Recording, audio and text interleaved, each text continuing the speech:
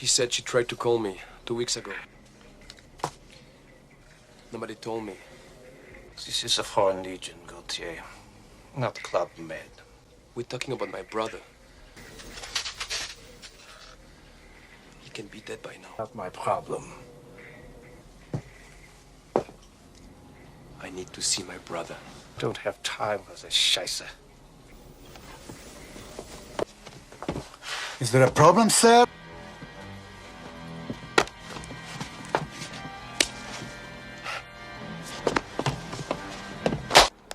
That was dirty wrong there, yeah?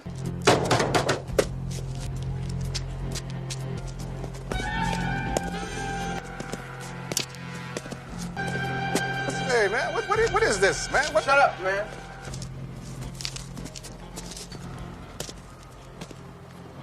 Hey, cuz. You wanna use our phone? That's all right, blood. We'll go someplace else. Don't worry about it. But you don't like my phone, cuz? How much you want for your phone? Let me do the talking, man. Hey, shut up, nigga. How much you wanna pay? This is my hood, fucker, and I asked him. But he ain't got no money, motherfucker. I got the goddamn money. Now I'll kick your ass. You ain't getting shit. Motherfucker's gonna pay now. Better than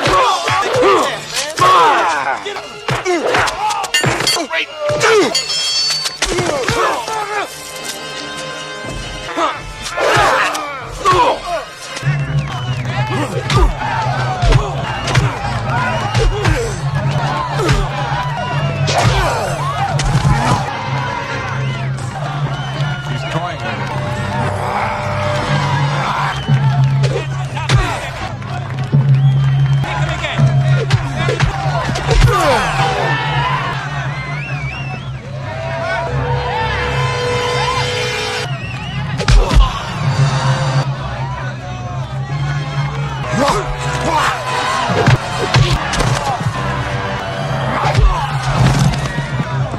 ፊልሙ የሚጀምረው ከአንድ ድልድይ ስር ነው።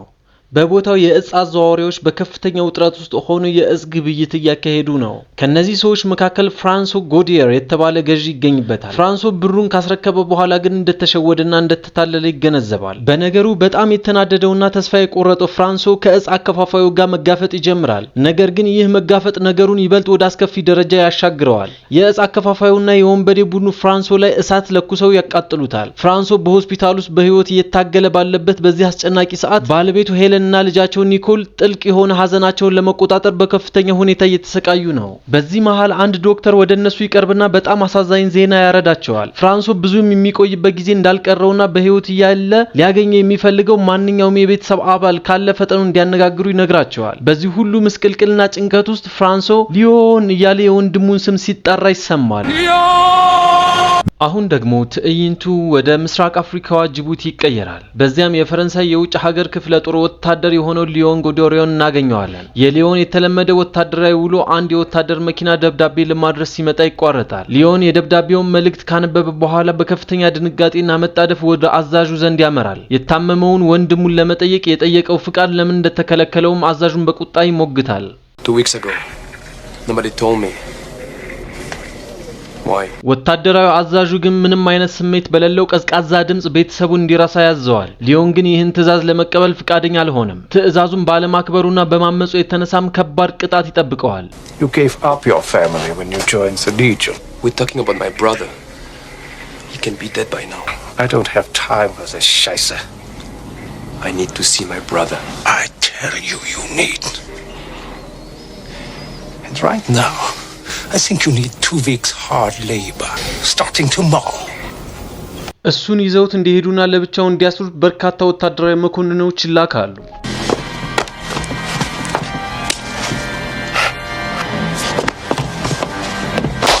ነገር ግን ሊዮን እጅ አልሰጠም። ይልቁንም በከፍተኛ ጀግንነት መዋጋትና መመከት ይጀምራል።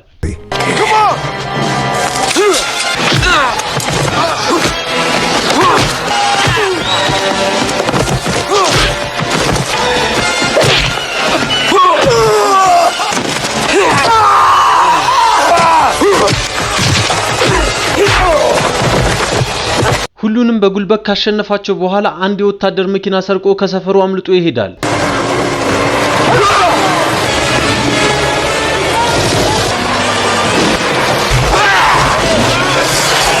እሱን ለማሳደድና ለመያዝ የተደረገው ሙከራ ሁሉ ሳይሳካ ይቀራል። እሱም በከፍተኛ ፍጥነት ወደ አስቸጋሪ በረሃ ይፈረጥጣል። ካሰልችና አድካሚ ጉዞ በኋላ ሊዮን ወደ ወደቡ በመድረስ ወደ አሜሪካ በሚጓዝ መርከብ ውስጥ ተደብቆ ይገባል። በመርከቡ ላይ ያለውን ቦታ ለማረጋገጥ ሲልም የድንጋይ ከሰል እየቀዘፈ በሞተር ክፍል ውስጥ ያለ እረፍት በከባድ ሁኔታ ይሰራል። ይህ በእንዲህ እንዳለ ፈረንሳይ ውስጥ የፈረንሳይ የውጭ ሀገር ክፍለ ጦር ከፍተኛ መኮንኖች የሊዮንን ከጦር ሰራዊት መኮብለል ይሰማሉ።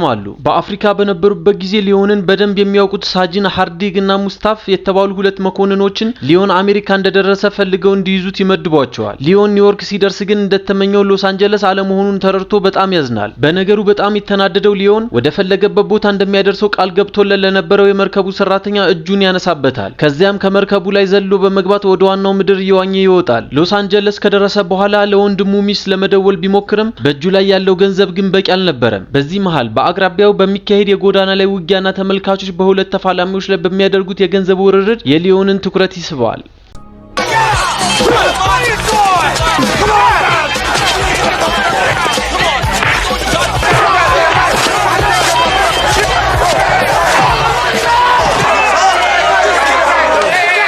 የመጀመሪያው ውጊያ ሲያበቃ ከተመለከተ በኋላ ሊዮን ፈጣን ገንዘብ ለማግኘት በማሰብ ራሱ ወደ ውጊያው ሜዳ ለመግባት ይወስናል። የውጊያው አዘጋጅ የሆነው ጆሹዋ የሊዮንን ስም በጨዋታ መልክ ሊዮን የጫካው አንበሳ በማለት ለተመልካቾች ያስተዋውቃል።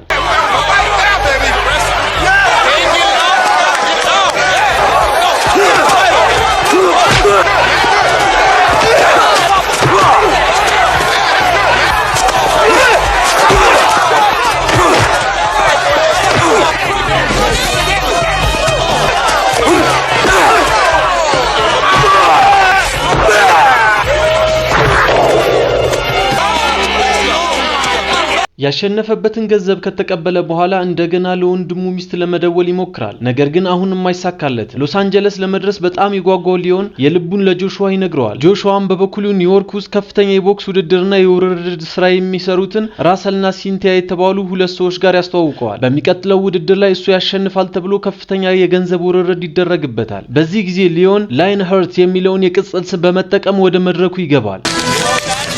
Lionheart. Come on. You know the rules, man. You're kind of pretty.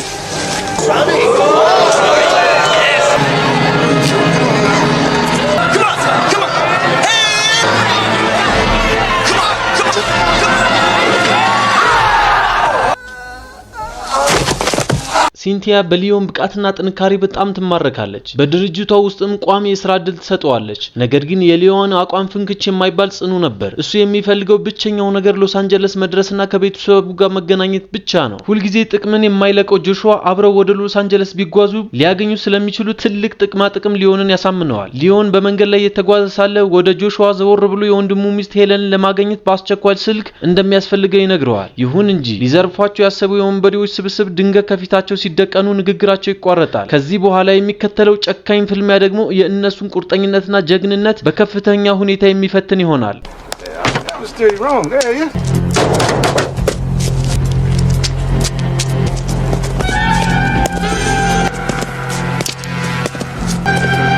Hey, man, what is this, man? Shut up, man.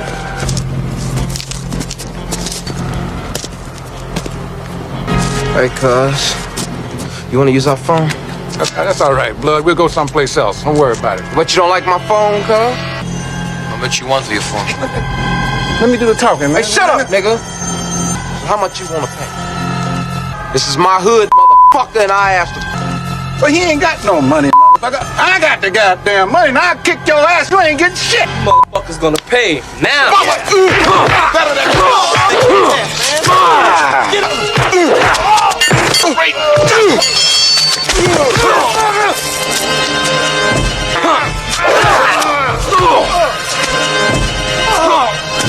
Hey, man, you want to use the phone? Let's go. ከተማዋ እንደደረሰ ሊዮን በቀጥታ ወደ ሆስፒታል ያመራል።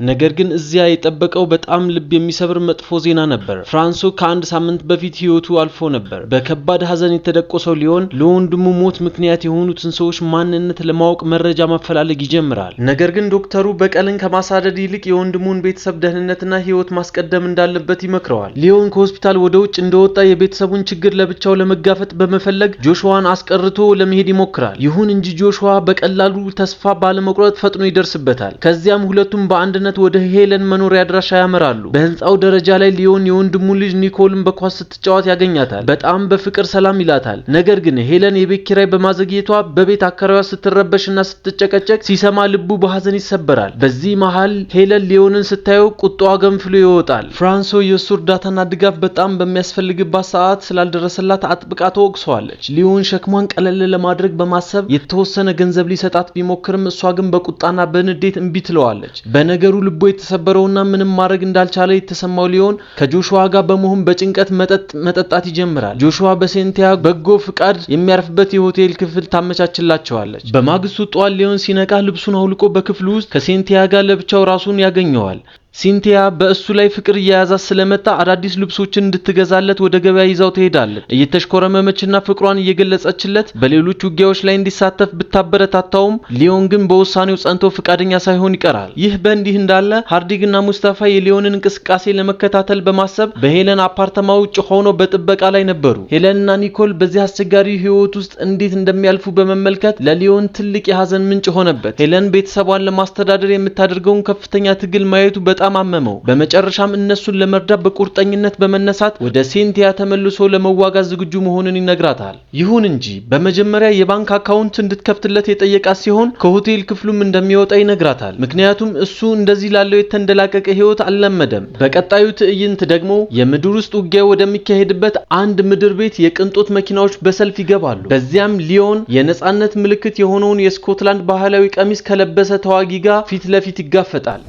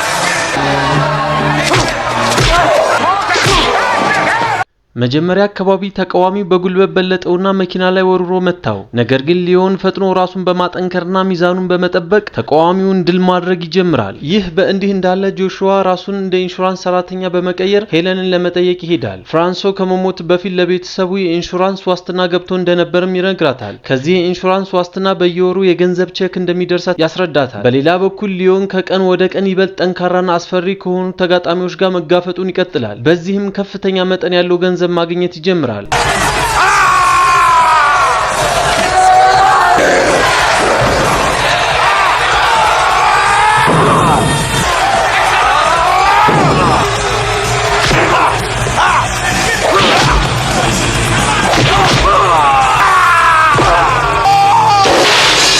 አንድ ቀን ጧት ሊዮን የለመደውን የሩጫ ልምምድ እያደረገ ሳለ ኒኮል ባለችበት አካባቢ ያልፋል። በዚህ ጊዜ በጥበቃ ላይ የነበሩት ሃርዲግና ሙስጣፋ ያዩታል። ይሁን እንጂ እሱን ለማሳደድና ለመያዝ ቢሞክሩም ሳያስቡት ከዓይናቸው ይሰወርባቸዋል። በሌላ ውድድር ላይ ደግሞ ሊዮን በአንድ መዋኛ ገንዳ ውስጥ ከተቃዋሚው ጋር ፍልሚያ ያደርጋል። በዚህ ውጊያ አሁንም በድጋሚ አሸናፊ ሆኖ ይወጣል።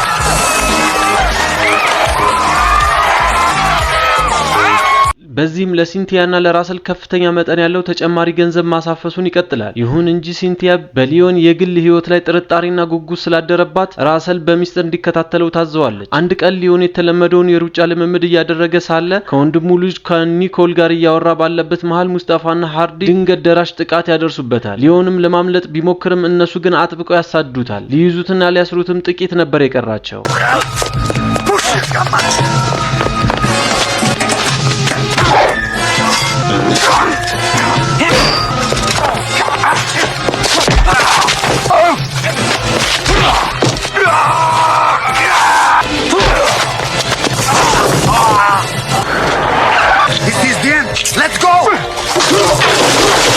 ምንም እንኳን ሊዮን በከፍተኛ ጀግንነት መልሶ ቢዋጋቸውም እሱም በሚስጥር ሲከታተለው የነበረው ራሰል ግን ነገሩ አልጋ ባልጋ እንዳልሆነና አንድ የተለየ ነገር እንዳለ ያስተውላል። ከዚህ ክስተት በኋላ ሊዮን ወደ አንድ ክሊኒክ ያመራል። በዚያም ዶክተሩ የጎድን አጥንቱ እንደተሰበረ ይነግረዋል። እሱ ግን ይህንን ከባድ ጉዳት ደብቆ ለማሳለፍ ይመርጣል። ቆየት ብሎም ጆሹዋ ከሊዮን ጋር በመሆን ወደ ሄለን አፓርትማ ያመራል። በዚያም አብራቸው በፍጥነት ካልወጣች በስተጀርባ የተደቀነውን ከባድ አደጋ ያስጠነቅቋታል። ሄለን ቀደም ሲል የተነገራት የኢንሹራንስ ታሪክ ውሸት መሆኑን ስታውቅ ብታዝንም በመጨረሻ ግን ለቤተሰቧ ደህንነት ስትል የነሱን ምክር ለመቀበልና አብሯቸው ለመሄድ ተወስናለች። በሌላ በኩል ራሰልና ሲንቲያ ኢቲላ የተባለን እጅግ አስፈሪና ድንቅ ታዋቂ ፊልም እየተመለከቱ ነበር። በመድረክ ላይ ባለው ልዩ ብቃትም በእጅጉ ይማረካሉ። በዚያው ቦታ ላይ በጥበቃ ላይ የነበሩት ሃርዲግና ሙስጣፋም ይገኙ ነበር። ሲንቲያም ሊዮን በሚቀጥለው ውድድር ላይ ከዚህ አስፈሪ ተዋጊ ጋር እንዲጋፈጥ ወታደሮች ታሳምናቸዋል። ውድድሩ ካለቀ በኋላ የፈረንሳይ ቆንስላ ወታደራዊ ኃይሉ ሊዮንን በቁጥጥር ስር አውሎ መውሰድ እንደሚችልና ዋስትና ተሰጣቸዋለች። ከዚህ ስምምነት በኋላ ሊዮንና ጆሹዋ ሄለንን አዲሱ መኖሪያዋ ላይ እንድታርፍ ይረዷታል። ሊዮንም የፈለገችውን ያህል ጊዜ በቦታው መቆየት እንደምትችል በማረጋገጥ ያረጋጋታል። የውጊያው ቀን ሲቃረብም ሊዮን፣ ጆሹዋና ሲንቲያ በአንድነት ወደ ውድድሩ መድረክ ያመራሉ። ከውድድሩ በፊት ሲንቲያ የኢቲላን የውጊያ ቪዲዮ በድጋሚ ትመለከታለች። ከዚያም የተንኮል ስራዋን በመቀጠል በርካታ ባለሀብቶች ገንዘባቸውን በሊዮን ላይ እንዲያወራረዱ በሚስጥር ታሳምናቸዋለች። ይህ በእንዲህ እንዳለ ሲንቲያና ራሰል አስፈሪን ተዋጊ ኢቲላን ለመቀበል ወደ አውሮፕላን ማረፊያ ሲያመሩ ሊዮን ግን ይህንን አጋጣሚ በመጠቀም ከኒኮልና ከሄለን ጋር አስደሳች ጊዜ ያሳልፋል። የፍልሚያው ቀን ሲደርስ አብዛኞቹ ባለሀብትና ከበርቴዎች ተመልካቾች ገንዘባቸውን በኢቲላ ላይ ያወራረዱ መሆናቸውን ግልጽ ይሆናል። በሊዮን ሁኔታ የተጨነቀው ጆሹዋ ወደሱ ጠጋ ብሎ ሲፈትሸው የጎድን አጥንቱ ተሰብሮ እንደነበር ይደርስበታል። ጆሹዋ ነገሩ ስላሳሰበው ሊዮን ውድድሩ ላይ እንዳይሳተፍ አጥብቆ ይለምነዋል። ነገር ግን የሊዮን ውሳኔ ፍንክች የሚል አልነበረም። ሊዮንም በእጁ ያለውን ገንዘብ በቡኑ ራሱ ላይ እንዳወራረደ ይነግረዋል። ምክንያቱም ለሄለንና ለኒኮል የተሻለ የወደፊት ህይወትን ማረጋገጥ የሚችልበት ብቸኛው መንገድ ይህ ብቻ እንደሆነ በጽኑ ያምናል። ጆሹዋ ውርርዱን ለማስያዝ ሲሄድ አንድ በጣም አስደናቂና አስደንጋጭ ሚስጥር ላይ ይደርሳል። ሲንቲያ ሊዮን ይሸነፋል በሚለው ላይ ከፍተኛ ገንዘብ በማወራረድ ልትክደው እንደምትችል ይረዳል። በመጨረሻም ሃርዲግና ሙስጣፋ በተገኙበት ያ ሁሉ ሰው በጉጉት ሲጠብቀው የነበረው ታላቅ ፊልም ይጀመራል። ሊዮን ውጊያውን በከፍተኛ ጉልበት መነሳሳትና ቁርጠኝነት በጥሩ ሁኔታ ይጀምረዋል።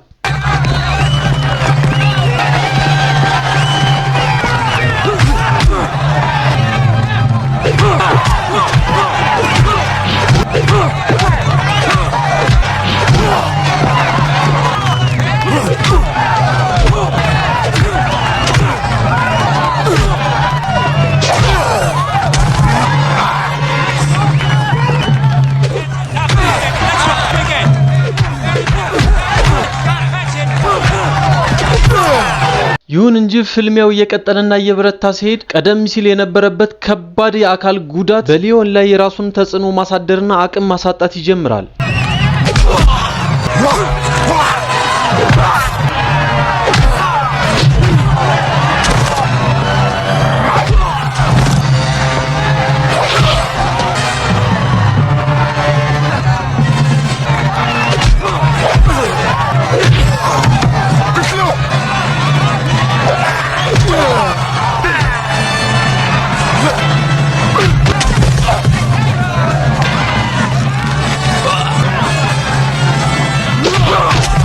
ጆሹዋ ምንም አይነት የገንዘብ መጠን ከጤናውና ከህይወቱ በላይ እንደማይበልጥ በመግለጽ ሽንፈትን አምኖ ፍልሚያውን እንዲያቆም ደጋግሞ ይለምነዋል። በዚህ የጭንቀት ወቅት ሊዮን ወደ ሲንቲያ ዞር ብሎ ሲመለከት በነገሮች መካሄድ እጅግ ተደስታና ረክታ ያያታል። በዚህ ጊዜ ሲንቲያ እንደካደችውና እንዳታለለችው ሙሉ በሙሉ ይረዳል። ይህንን ክህደት ማወቁ በውስጡ ትልቅ እልህና መነሳሳትን ይፈጥርለታል። የተረፈችውን የመጨረሻዋን ጠብታ ጉልበት አሰባስቦ ፍልሚያውን በቆራጥነት ይቀጥላል። ተመልካቾቹም በከፍተኛ ሁኔታ ከጎኑ በመቆም ስሙን እየጠሩ ይጮሁለታል። እሱም የኢቲላን ያን ሁሉ የማያቋርጥ ከባድ ቦክስና እርግጫ በጽናት ይቋቋማል።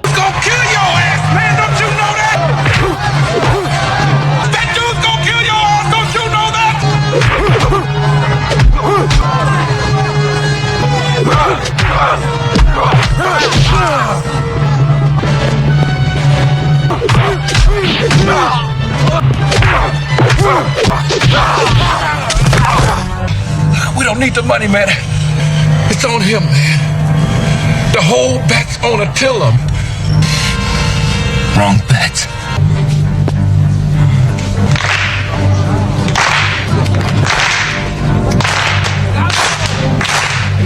Let's go.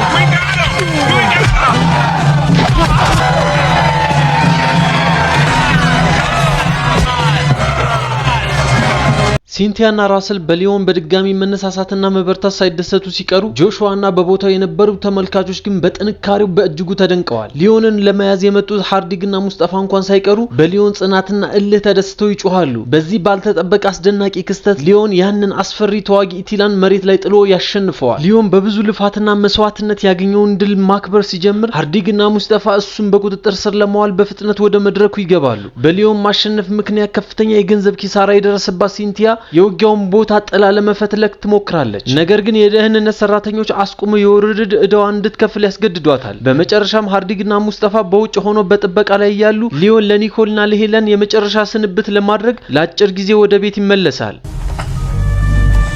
Nicole, you and your mommy will have to go without me, okay? No, why? It's not fair. Not fair. የመጨረሻ ስንብቱን ካደረገ በኋላ ከሁለቱ መኮንኖች ጋር በመሆን መኪና ውስጥ ገብቶ ይሄዳል። ይሁን እንጂ ጥቂት እንደተጓዙ መኪናው በድንገት ይቆማል። ሊዮን ለቤተሰቡ ያለውን ጥልቅ ፍቅርና ለነሱ ሲል ያደረገውን ተአምራዊ መስዋዕትነት በአይናቸው የተመለከቱት እኒህ መኮንኖች ነፃነቱን ሰጥተው ከመኪናው እንዲወርድ ያደርጉታል። ሊዮን በመጨረሻ ከቤተሰቡ ጋር በነፃነት ይቀላቀላል። ስለተከታተላችሁን ከልብ እናመሰግናለን። ለዚህ ቻናል አዲስ ከሆናችሁ ተጨማሪ ምርጥ የፊልም ታሪኮችን በፍጥነት ለማግኘት ሰብስክራይብ ማድረጋችሁ እንዳትረሱ። ከቀጣይ ቪዲዮ መልካም ጊዜ ይሁንላችሁ።